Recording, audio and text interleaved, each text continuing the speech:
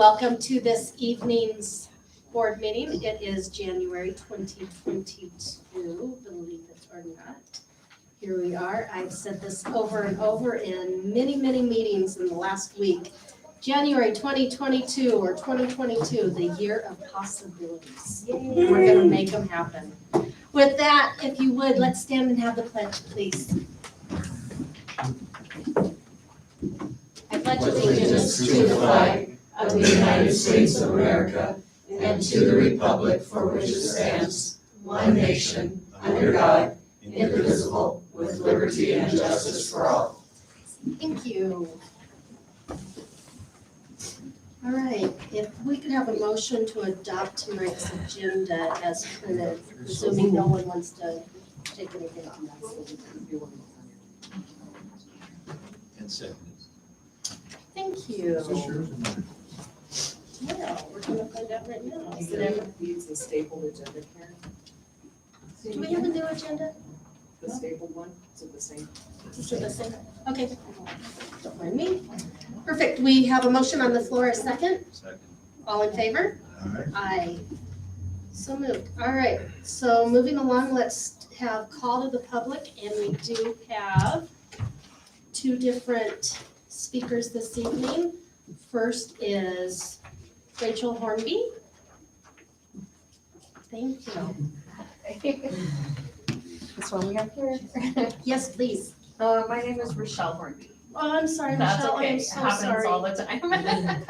I am the drafting teacher at Chino Valley High School. So first of all, I want to say thank you for giving me the opportunity. It's been a great blessing to be able to teach this. It's been kind of challenging, but with that being said, the students are doing great. I applied for a grant through the county, the YC, that's correct, and was approved. And so what I'm doing with the students is I've asked for equipment. We're going to measure all the buildings on campus, possibly this building too, depending on time constraints. And I'm gonna have all of the students work as groups on different buildings, measure the buildings, and then draw those in the program that I'm using, which is Revit, and they'll have a 3D model of the campus. The teacher last year had the students draw topography for the area, so my hope is in the end, we can take those buildings and incorporate them with the project that they did last year and put them all in one project. So that's, I'm up here this week, so we're getting the equipment and we're gonna start measuring this week, so. Can you tell them where you normally teach from? I'm from Tucson, Arizona. I teach at the community college down in Tucson. So luckily, you know, because of COVID, we had to switch our teaching to online a couple semesters ago, which was a great blessing when I was approached with this class, because I kind of already went through a lot of the challenges of teaching online at the college, and we kind of had a plan in motion that really helped teaching this class. So, you know, it kind of set me up for success with teaching this class. So is this class a 4-day-a-week class then? Yes, Monday through Thursday. Perfect. All month long, or is part of it virtual? I heard you say I'm up here this week, so. So I've been fortunate enough that the school has offered that I can come up a few times through the year. So I came up before school started and got the classroom set up and kind of gave them some guidance on there, and I wanted to see the room and gave them some guidance on what I wanted on their end to be successful, for the students to be successful. Then I came in September, which was a surprise. I didn't let the students know I was here. I set up like I was teaching virtually in the hotel, and then told them I had to go take care of something, and then came into the classroom, which was shocking. They kind of were like, what the heck? So I'm fortunate this week that I don't start teaching at the college until next week, so I have this week free. So I opted to come up this week, and then the students will be taking a industry standard exam in Revit later on towards the end of the semester. So I'd like to come up again to kind of help them get prepared to take that test. And I'm confident that the majority of them are going to have that certificate.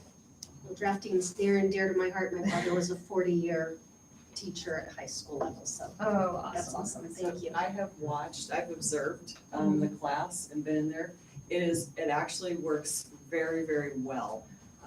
The kids are getting individualized attention. I can hear her talking to the kids. I can see them responding. She can see all their screens.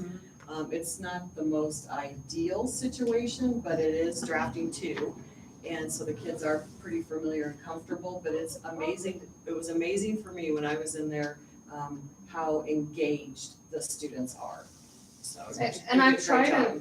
Thank you so much. I've tried a few things. There's a program where we can put them in a virtual classroom, so none of them can hear me except for, like, I drag myself into a room and the students can't hear me unless they drag themselves into the room. So I can meet with them individually without the rest of the class hearing what's going on. That's So great. I've just kind of figured out some things as we went along. It's ran much smoother than we anticipated, but it's great. So I think the students are happy to have me here today, though.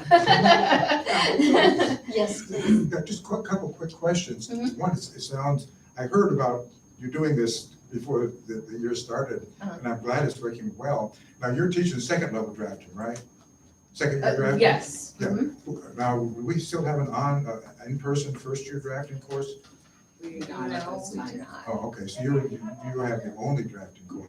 So it's to my understanding that the professor that taught it before is no longer teaching it, so they needed the students to be able to get through the second year. So From I last year's was, students. correct, so I was approached to see if I could help them get through the second year of drafting, so unfortunately there is not a first year, so. Peter, we are posting again to see if we can find somebody in person next year for the whole program, just to let you know. Super, Okay, super. yeah. As you know, that's kind of close to my heart. I know too. that, yeah. Rochelle, Anything I can do to help with that too. I'm running a much different program than the teacher did before. So whoever comes in next, if they need any help or anything, then Do that. I'm more than willing to help them. I don't want to go on with this, but this is fascinating. Doing an online drafting course.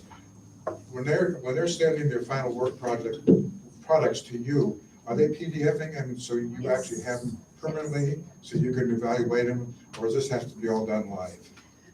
They are sending me PDFs, so it's set up really like an office, how an office would be. They send the PDFs, I do red lines, they correct their red lines, I send it back to them, they correct them, it's the process just like you do in an office. Uh-huh. With that being said, they also submit their Revit files through like a So Google. you can read their. Right, so if files, there's too. an issue, I can pull it up and figure it out. Or sometimes when we're in class, they need to ask a question, I can download their file, they can have it up, I can have it up, and we can be next to each other and I can say, okay, well, you need to click on this, click on that, so. That's really impressive. Thank I'm you. sitting here somewhat in awe. And how much was your grant for? How much were you? Oh, 500. But I'm not quite using the whole entire 500. I was 400. It was close to 500, but I was granted 500. So. Any questions? Well, thank you again and All right. congratulations. Thank you so much for this opportunity. It's been a great experience. Next, we have Julie and Rita for the Yavapai County Education Foundation Grant Award also. Good evening. My name is Julie Bias, and I teach biology and anatomy and physiology at the high school. And this is Rita Johnson. She teaches chemistry as well as earth science at the high school. And we're actually right next door to each other, so we team. As far as the grant, we'd like to formally thank the Yavapai County Education Foundation. They provided both of us a $500 grant. And then Rita, I'll let her do some explaining of how we're looking at spending that. So Julie is going to be able to purchase an entire set of classroom aprons that are the chemical variety, which this is an example of some that we have. They're well worn through, you can actually see through them, so they don't really protect the kids' clothes like they should. So we're gonna be able to replace these, and we've also got the This clear is vinyl ones. Currently what I have in my Yeah, classroom. which tear, so then they're constantly being mended or taped or something like that. So that's what Julie's gonna purchase, and then for my classroom, I'm gonna replace some of the aprons that I've got, and then I'm gonna be able to get an entire set of classroom goggles, safety goggles, which these are some that, like if you hold them up to, everything is foggy. They're so scratched and damaged, or they're kind of bent so they don't fit right. A lot of the elastic has been broken and then retied, so it's gonna be really nice to have a whole nice set of aprons and goggles that the kids can use and know that they're being as protective as they can for their eyes and their bodies, so thank you very much. Yes. Thank you. Yeah, it almost looks like you have just a nice little trash bag. Yeah. That's awesome. That's They're not basically what up and they're ready to go. wearing, yes. Or they come with the fancy ties. Yeah. Congratulations. Thank you very much. It'll be well put to use for Yes. sure. Thank you. Those were the only two forms I had for call to the public. Anyone else for call to the public? All right, and seeing none, we will move on to item 6, which is our information and discussion items. First up is a high school student council update. Maybe, we can come back to it. Yeah, want us they to- haven't shown up yet, so we'll see Okay, if they not a do. problem. Then we'll go to the superintendent's report, please. Ms. Davis. Good evening, members of the board. I'm filling in for Mr. Scholl, who is away this week at a family event, saying goodbye to a family member who passed away. So he asked me to give you a report, a COVID update report, and you'll find that in your packet. You also have the latest benchmarks from the county in there. These are from just prior to Christmas time, so we believe that the statistics that will be coming in from after Christmas probably will have spiked a little bit due to family gatherings and things like that. One of the things that I wanted to note on the page that looks like this one is if you'll look on the very first line where it says 1-4, Yavapai County, I just wanted to point out for 1-3 and 1-4, the number of cases in the county for children, school-age children, compared to adults is very, very low. And that's consistently what we're seeing here as well, that this continues to be something that adults seem to be more susceptible to than school-age children. So, and while we've had Ms. Werner busy doing tests for people who suspect that they may be have contracted COVID-19, we're finding that the overwhelming majority do not have it, they're testing negative. So we have a very low positivity rate among staff who are being tested here. So that continues, I think, to be encouraging. Also, we wanted to point out something else to you, which is about the quarantine period. We follow the CDC guidelines through the Yavapai County Health Department as our lead. And just a reminder that the quarantine time has been decreased to as little as 5 days. And we also want to draw your attention to the fact that fully vaccinated has a new definition. It includes the booster, if it's been longer than 6 months for the Pfizer or Moderna vaccine, or longer than 2 months from the J&J initial one. If someone is fully vaccinated, then they are exempted from having to quarantine in the case of exposure. So we wanted to let you know that. And so shortened quarantine certainly helps our building principals who, because we're continually struggling with not enough substitute teachers. So, and primarily the absences are due to quarantine issues, not illness issues. So this will be very helpful. Also, something else that we wanted to talk to you about was enrollment. You might remember when we were working on setting the budget that we were agonizing over what would it look like. And so one thing that we wanted to share with you was that we are on track for an increase of 160 ADM. And the principals will nod affirmatively, they enrolled students last week. A lot. That's right. And this week already. And so that 160 is probably still a tad low. It's that average of that first 100 day. And so we're only at day 75. So we are definitely expecting even to see maybe a little bump up there. So that will equal increased revenue for us, which will be very, very helpful. So a quick question on that. Does that bring us back to pre-pandemic levels? You know what? We are creeping that direction.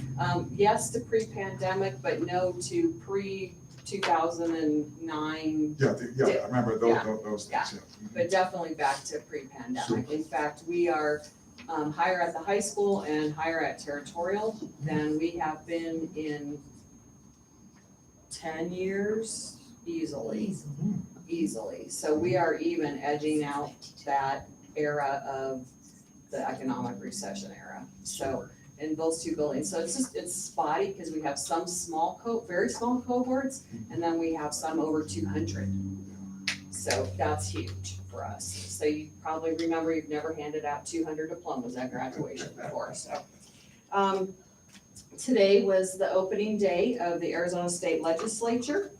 And as you'll remember, a big priority on the agenda for our legislature is addressing the constitutional expenditure limit, and we have no updates about that. So we think in the next week or two, that's gonna be a political hot potato of epic proportions, but in the past, and Mike's been around about as long as I have doing this job, John and I were talking today, he can recall I can recall 2 or 3 times when this has been an issue before, and it was easily handled and expeditiously handled in the past. So we're confident that they'll do the right thing and step up, especially because it's an election year.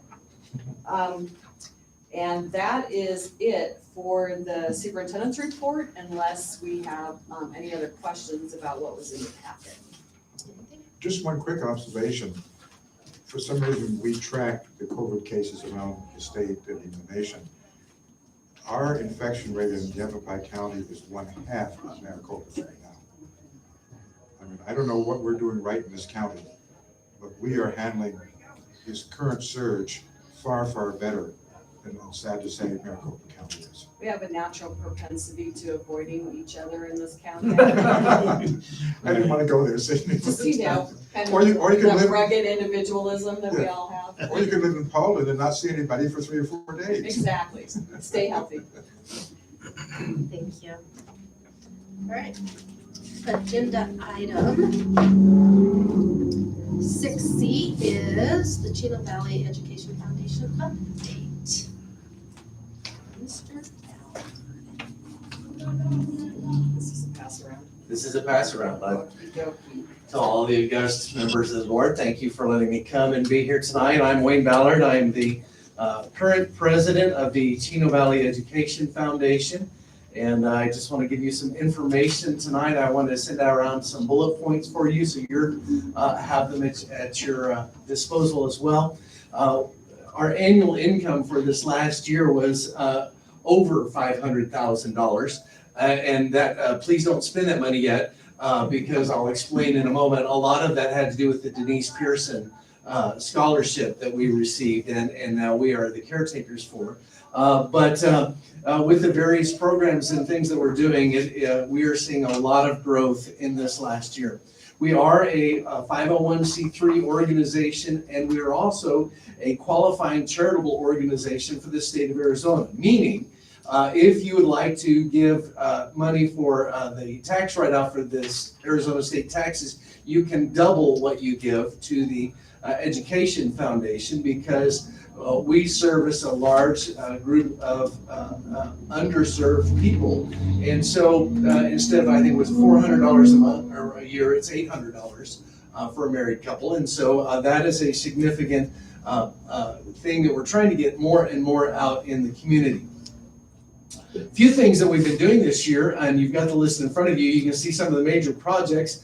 We're one of the major sponsors for the Chino Valley High School graduation night. We provided raffle items, gift items throughout the night, gift baskets, gift cards, and we were also the ones on the hook for the insurance and some of the other items that were provided for that. We sponsor teacher gifts each month, and also last year in April we did the whole staff luncheon, including transportation, every custodial staff, everyone who is part of the Chino Valley Unified School District was included in that luncheon. The staff gifts back to school event, Hungry Kids Project weekend meal bags, Chino Valley Food Neighbors, which was started by several members of our board, and the homeless student support, including the monthly sponsor student Christmas gift, 100 bags of hope, and much, much more. Lori Marley is absolutely astonishing. Don't lose sight of what she brings to our district. So those are some of the major projects. Some of the other things that we do, for example, with academics, We have a scholarship application assistance program. Sometimes students need help filling out these things and assistance in that process. As well as when you apply for colleges, there always a $75 fee, which some of our students, especially the homeless ones and those who qualify, that's a insurmountable task. And so we do some of those things for academics. We are also very involved with the athletics, knowing that athletics has a huge part of your academic success as well. There's something about knowing you have to pass to play that motivates students. But we help with the pay-to-play process. We provide meal vouchers for the coaching staff because as they're traveling, sometimes they stop at Subway and the students don't have any way to get a meal. We provide the coaches with some opportunities for that. We also provide some of the sports equipment, uniforms, cleats, flats for track, and the various needs that are there. This last year, we've had some new projects, including the back to school fair, backpack giveaway, clothing, school supply giveaway. There was a financial sponsorship of the vaccination clinic, which for all of the standard that you need your MMR and your EIEIO and all of the various vaccinations to come to school. We wanted to help with that process as well. This year, we've added scholarships. We have we are now the executors, if you will, of the Denise Pearson Scholarship. We are in the midst of getting all of that set up and established and all of the steps required for that. Also, the Mike Fogel and Wendy Watson are working on providing scholarships for our students here in the community, as well as the Education Foundation. It's one of those things that we have dreamed for years about being able to provide scholarships, and now all of a sudden the floodgates have opened, and we're just delighting in that. In fact, we're looking at scholarships specifically for students within Lori Marley's purview with the homeless projects that we have. There are very specific things that we're working on and getting these funded, and our goal is that someday they will be an endowed like the Denise Pearson is for us at this time. So we're hoping this will be something that continues to grow. We are committed to supporting students, teachers, and their families, and we want to be an active part of what's going on in Chino Valley Unified School District. Thank you for your time. I've talked far too long. Do you have any questions for me? We've already distributed all the applications for scholarships. Oh, excellent. Applications have gone out, and my wife was even asking me about some of those things. She is now working in the counseling department this year, and she was asking me about that just the other day, and I know all of that process has been gone through committees and worked out how it's going to be funded and worked through, invested, and all of those steps. We're working hard to take care of all of that with the various scholarships. So you're saying some will be awarded this school year? Yes, sir. Oh, great. Yes, sir. There will be Denise Pearson scholarships this year. I think the number we were talking was around the 20,000, 15 to 20,000, depending on need, depending on applications, and depending on all the other factors that we're working with this. Because it was handed off to us mid-year from Wells Fargo Bank, part of it is we are trying to get all of the structures in place for the financing and investing and all of those other steps that are required. That's wonderful. Anything else? Well, thank you. Thank you for all the hard work. Hey, we love Chino Valley Unified School District. We're cheering for y'all, and we appreciate all the hard work that you put in, and thank you for your time. Thank you. All right, item 61 is our financial reports. President Thomas, members of the board, staff, and administrators. The year end, you could say December 31st, 2021 expense report is in front of you. I've just got a couple comments on that. It's in your packet there. I like to look at a year end like that if you want to look at it that way. And then say 50% of the operating days, and that's a bit of an estimate, are gone. What percent of the operating budget is gone? And if it's 60%, the operating budget is gone, and the 50% of the days are gone, you've got a little problem. The calculation with us, 7.3 million spent on a budget of 16.3 million comes out to about 44.7% of the operating budget spent as of halfway point in the year, which is a good sign. And that is 44% based on that increase you approved at the December meeting. So based on the growth in enrollment that Ms. Daniels was talking about, our budget last year, 14.4 million. This year we started at 15.5, but hoped for more enrollment. Got that extra enrollment, jumped to 16.3. So that's a quick look at our operating fund. Capital fund, 1.1 million budget, spent 31.9% of that year to date. And we do have, again, thanks to Ms. Daniels and her grants and grant writing and the whole bit, we have a vehicle that we just moved into a new grant that we have for homeless students. And that will, again, free up a little more of this capital funds. That's 75,000, as long as it's a small number, it's a really nice number. But with all these grants that we're able to bring in, it relieves some of these traditional sources of funding so we can use them, because we do have about 6 other capital projects that you'll probably be hearing about at some point. And then with our adjacent ways, the adjacent ways fund is at this point not scheduled to be used. We were thinking of using that for 2,000 feet down the farm area for an access there, and that's off the table temporarily. So we'll get back to you if we have any projects there. The budget's 424,000 in that fund. Cash is about 230, and we have a levy to bring in another 100,000 this year. So we'll be able to carry that forward with no strings at all. Any other questions about the basic financial report? Peter says he does not have any questions. Okay, thank you. John's already answered my question for this. So. Okay. Could you give us a quick update? It's not in this part here, but just on the HVAC project, HVAC, where we kind of are at. I've had 3 phone calls in the last couple of days and 2 more today with our EMC, that's our design architect and design, they're kind of architect engineers at the same time. They can consult with structural engineers, mechanical engineers, they've got architects they work with, and their projects together for the HVAC on all 4 buildings has averaged about 145,000 per building, so almost 600,000 budget. We spent year to date, we're a little behind on expenditures, we've only spent about 52,000 year to date on those. But I've got about 14 invoices that I'm waiting for the school facilities board to approve. They tell me they're about 60 to 65% done with all this design material and organizing it and putting these together. Once that's done and they're fully paid, then they'll get back to us on their plan, and then we'll write more applications to SFB for construction.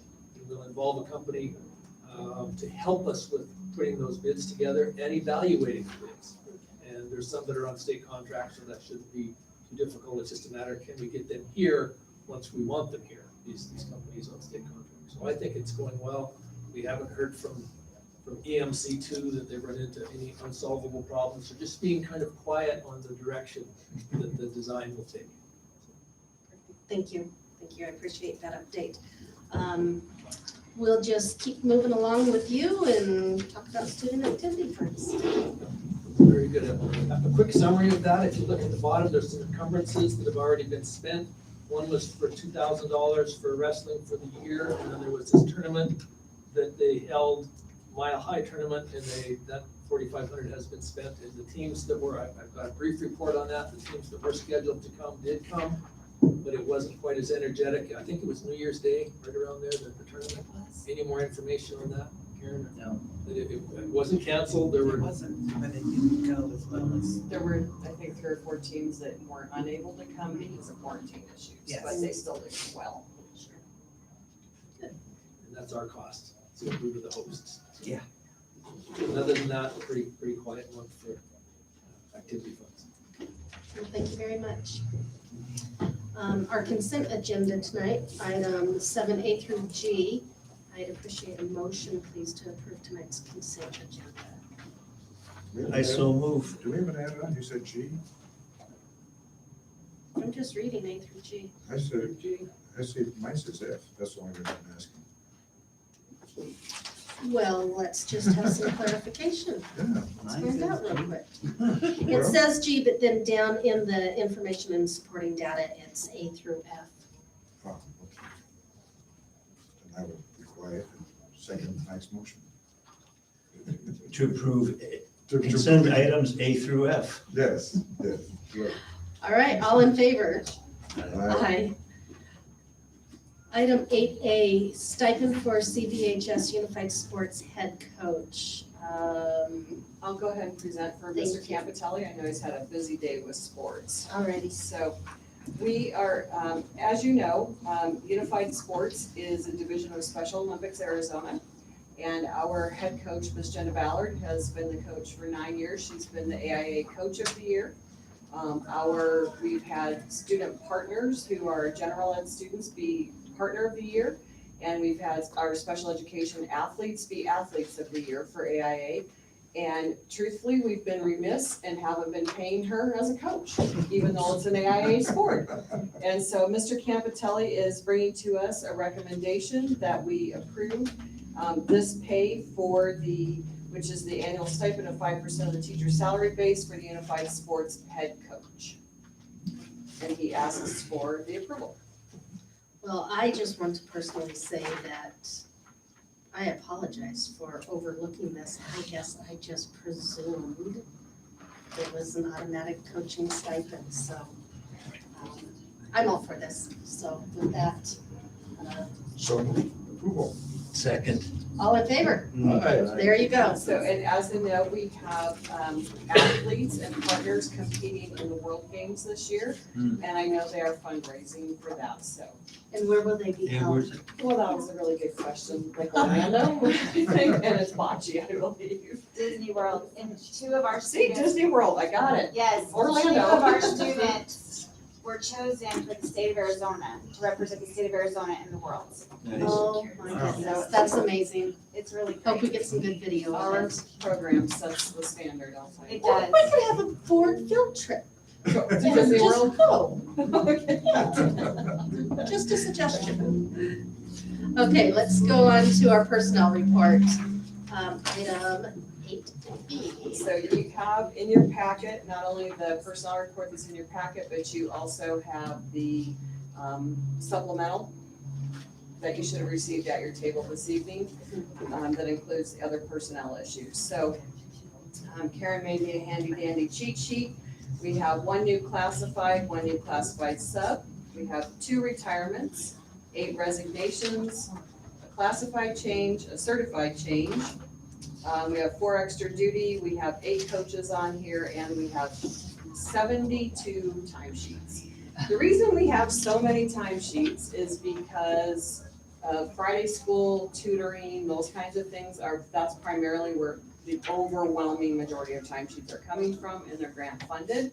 And then I wanted to just point out to you that we had, in case you're wondering, there were 2 certified resignations that were mid-year. One we applied the liquidated damages to, one we did not. One was health related, one was just a life change decision. So that would account for the difference there, in case anybody was wondering what that might be. And we are, as much as we hate to see people retire, we're excited that they're being super duper courteous and giving us this much notice. That is very helpful. The 2 mid-year resignations, are we able to fill those positions? So one of the positions, we have a teacher, that was a 5th grade resignation. We have a 4th grade teacher who has requested to go to the 5th grade, was kind of eyeing and hoping that an opening might occur. Ms. Reeder made that recommendation, and then, so that teacher will move into that position. And then the 4 remaining 4th grade teachers asked to split the students up, like they did in the past when we had a teacher who was out for the year, out on extended FMLA. And in your packet, you'll see there on the list, the sort of the prorated pay for that, so they'll each get a bump for 1 semester for taking on those extra students, and the board has approved that type of situation in the past. And we are still in each one of those classes below our staffing model, just so in case we wonder, will that put us over our staffing model? No, we're still under that. So that's okay. It happens to be one of our smaller cohorts of students at the 4th grade. And then our position at CDHS has been posted since just prior to the Christmas break. And I checked with Ms. Wolf this afternoon, and we currently do not have any applicants, but she discussed a plan with me today for filling at least 50% of it in-house So we're working on some other options. She had an applicant, had an interview set up and never heard from the applicant again. So kind of been unable to track her down. So, to that end, 1 yes, 2. Okay. So,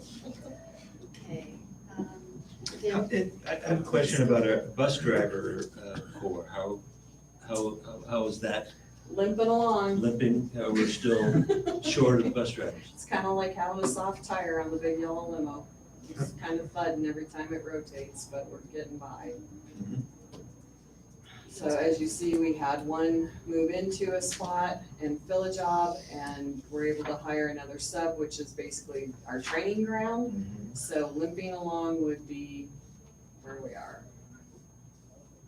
And we have several classified positions that are vacant right now in the district. And we would encourage everyone who is within earshot to go to www.chinovalleyschools.com and click on employment to see all the postings. Because there are plenty. All right. Again, this is an action item and we need a motion to approve, please. Whose turn is it? Take your pick. I so move to approve. Then I will second the motion. And all 3 of us are in favor? Aye. Thank you.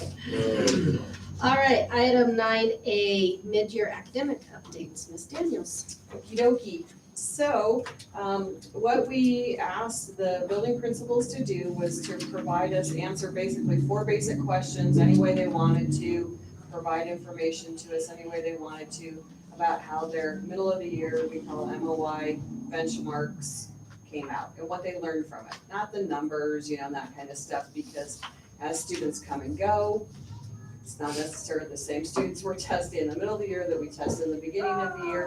So when they're examining the data, they get to look at, are these students who've been with us the whole semester? Are these students who are new to us? What do the data sets tell us? And so they have each submitted a written report for you in your packet.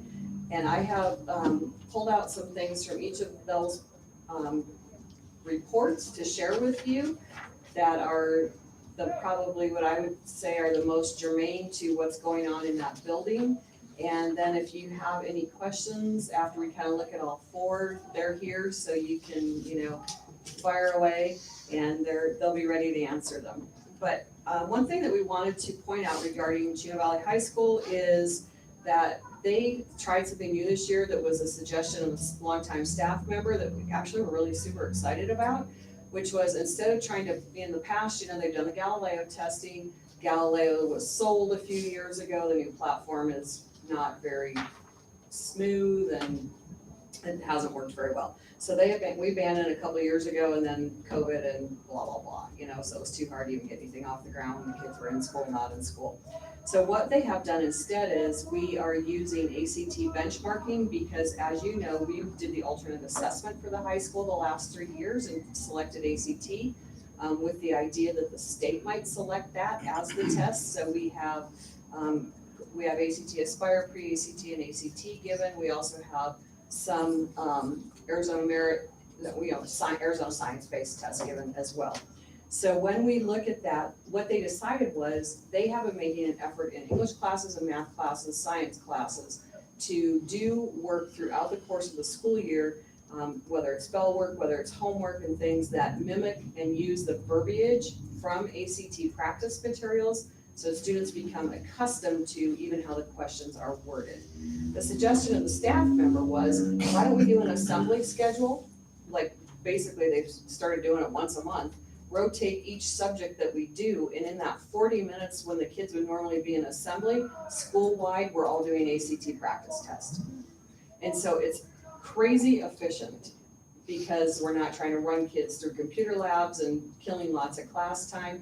We have a shortened schedule, everybody's doing it at the same time, so it changes the school-wide emphasis on this academic component, but I thought it was like the most amazing idea. So on 10/7, they did the first English and grammar assessments. So that was on what I'll call mechanics, some of the mechanics part of the English language. The next ACT test regarding English will be the reading test in January, near the end of January. Then they're going to do another English grammar in February to see if some of the adjustments they're making are working. Math, the first math benchmark, we have a scheduled benchmark for February. And so I wanted you to know that they took a very unique approach to it, but it sends a kind of this ripple effect message across the school about the importance of doing well and everybody being on the same page. So that's been pretty cool. At Heritage, they have really worked with their reteach and enrich periods and individual student goals and essential standards, and the teachers have done a significant amount of work identifying those standards that they believe are the most pivotal and crucial to a student's success over time in different subject areas.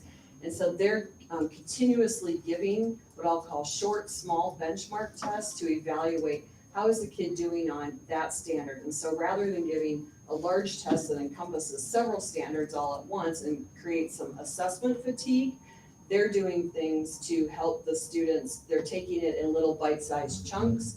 When the students are struggling in a particular concept, they can be routed to a different reteach section where they get sort of that shot in the arm for that particular thing with the eye on getting that skill up to par. Now, Senator, yeah. one thing I was a little curious, are they doing that teacher's class by teacher's class or grade by grade?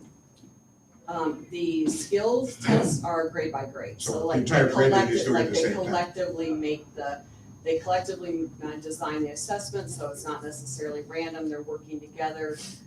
Julie and Laura have set up a team, a coalition that guides what they're doing. And so they're doing that. One of the things that they have noticed, and you'll see this across the board, is that overwhelmingly our students are not as far along at this midpoint as people hoped. Or as they try to prepare the students for, to get to these further points. And we have, and you'll see it especially at territorial, we feel that kind of that long-term lagging effect of the kids fell behind a year and a half ago, almost 2 years ago now, when they missed all of fourth quarter, to at-home instruction versus in-person instruction. And then last year with our in-school, out-of-school, some kids stayed at home all year, those kinds of things. It wasn't as strong or robust a learning environment as it is, as you know, when you have a teacher in front of students. And one of the things that they have also found is that, and we've seen it across the board, we've seen it with staff attendance, and we've seen it with student attendance, even though people are back, kids got in the habit of not always coming to school. And that not coming to school thing we're still fighting that, no, you really gotta be here thing. And so whether they're quarantined, whether they're choosing not to come, whether there's someone sick in their household or whatever it may be, we're still fighting some of those effects of school isn't where you go every single day kind of a concept. And then the other thing was that they found at Heritage is that there was a bit of attitude, like in middle school with attitude, hard to imagine, right? But that there was that concept that if a student went to reteach, that it was punitive. So they weren't getting to do the fun things that you get to do in Enrich, whatever the perception may be, but that reteach was punitive. And so the teachers are working hard to overcome that stigma and to help students understand by setting their own goals and evaluating their own progress, helping students really take that ownership of their learning and try to catch some of that enthusiasm for, no, it's really, I'm not, and I'll use Mr. Parnell's example, Mr. Brian Parnell example, the students, it's not that they're trying to get rid of, I'll call it that stigma, I'm bad at math, and say, no, I just don't understand this concept. And so they're working hard to try to overcome some of those things with kids, and that will be an ongoing battle and mindset, and that's a huge paradigm shift for students and for teachers. So that's where Heritage is. At Del Rio, you can see all the different types of assessments that they're giving, and the teachers use a pacing guide for their essential standards in reading, writing, and math. And students are assessed every few weeks to see how they're doing, and then they're adjusted in their walk to read and walk to math groups. And those groups are similar to Heritage's groups, where students are grouped and regrouped according to the skills that they need to work on. So it's not the bluebirds, redbirds, and blackbirds from, first grade reading that we might have had. And they're not ability groups, they're really what skills have you achieved and what skills do you need to work on. And so that frequent little bite-sized assessment helps kids keep moving through those skills. And, it was interesting because also, and I very carefully reviewed the third grade reading progress for mid-year, and we have seen some really, really good gains. But I want you to think about this year's third graders. Think about what second grade looked like for them. Think about what fourth quarter of first grade looked like for them when reading really takes hold. Is that fourth quarter of their first grade year, when all of a sudden, all those little pieces they've been learning really start to show. And so we would expect that our third grade students still are behind the curve with reading because what happened when they were in fourth quarter of their very first grade year. And then something else I want to see is, besides the core instruction, the grouping and regrouping, at the bottom of that page, we have after-school tutoring. Heritage also is running Friday schools. Del Rio's running Friday school. Territorial's running Friday school. The high school has Friday school going as well for students, especially who are credit recovery based. And then I wanted to talk about Territorial, and Miss Brandy, bless her heart, she's so good, she didn't name grade levels, but we can all figure it out. In her thing here, I will tell you this, when I looked at her middle of the year kindergarten reading scores, they were amazing, amazing. Those kids have been in school every day. No interrupted learning, no at-home learning, no alternative delivery models of instruction, and it shows. The power, it's the biggest kindergarten class we've ever had in the district, and they blew it out of the water. And we're still enrolling kids. And so it was very, very impressive to see, and I think nothing speaks louder than that about the value of a good teacher in front of kids every single day in a classroom, where you're making those connections with kids and sparking their interest in learning. In our first and second grade, second grade, as you would expect, is struggling the most because what happened in kindergarten, they didn't have fourth quarter, when a lot of those reading things, like all the letters, the letter naming fluency, all the sounds, the words, all those things start to come together. They miss that direct instruction. And then some students may have attended online during first grade or things like that. And while we had great teachers doing that, there's no substitute for being in classroom with your peers where you hear the questions they ask and answer. So first grade is doing not quite as well as they've done in the past. Second grade is also not doing quite as well as we've seen in the past. So that's where we are in terms of the middle of the year and what we've learned from things. And I would say if you have specific questions, I know we're adding staff to Friday school. I've had email from principals this week about some staff, in the fall, people were like, I don't know if I can do one more thing, it's just too much. But we actually have had staff this week who said, yeah, I think I'd like to do that. So, and we run buses for Friday school too, so. Any questions for the principals? Impressive. Very good. They're doing a great job. Well, and Cindy, I love the insights that the principals are giving, not only on how we're making up for the loss that the kids had over the last 2 years, but even the change in attitude towards that. Now, that to me is outstanding, that you've changed it from a negative to, or that we are changing it from a negative to a positive. Because, to me, that's the secret of success, is if the kids say, this is helping me, instead of I've got to go, that's it. I'd love to hear that. That's tremendous. That's great. So this was a, Thank you, and thank you to the principals for the Very time and much effort so. they've put in with their staff. this was a discussion and information item only, so No action needed. Agenda item 10A is revision to policy GCBB, administrative staff contracts and composition salary schedules. This is a second reading, so this is an action item, Ms. Daniels, if you will. So you have in front of you in your packet, the changes are underlined in red that are being recommended to you by Superintendent Scholl and the administrative staff. And you see the strike-throughs that are removing the old, rather obtuse salary schedule for administrators and trying to make it a little bit more transparent and understandable than all the formulary assignments that we had in the past. So we would ask for your approval of this policy change. Fantastic. And we had a good discussion last month about this. We did, very much so. All right, but it sounds like you want to make a motion Listen, to I'd be me. very happy to make a motion to approve agenda item 10A, revision to policy GCBB, the administrative staff contracts and compensation salary schedules. And it looks like you were just waiting to make a second. All in favor? Aye, thank you. Item 11A, schedule study session for board development by me. It's been a while since we have done any sort of board training for all of us to get together, so I talked to Mr. Scholl about it.